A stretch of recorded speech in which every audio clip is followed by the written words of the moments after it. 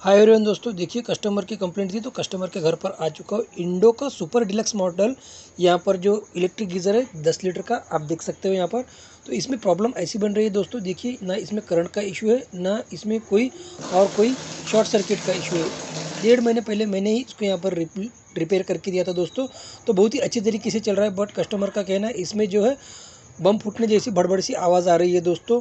तो चैनल पर नए हो तो चैनल को सब्सक्राइब करके वीडियो को लाइक करिएगा दोस्तों।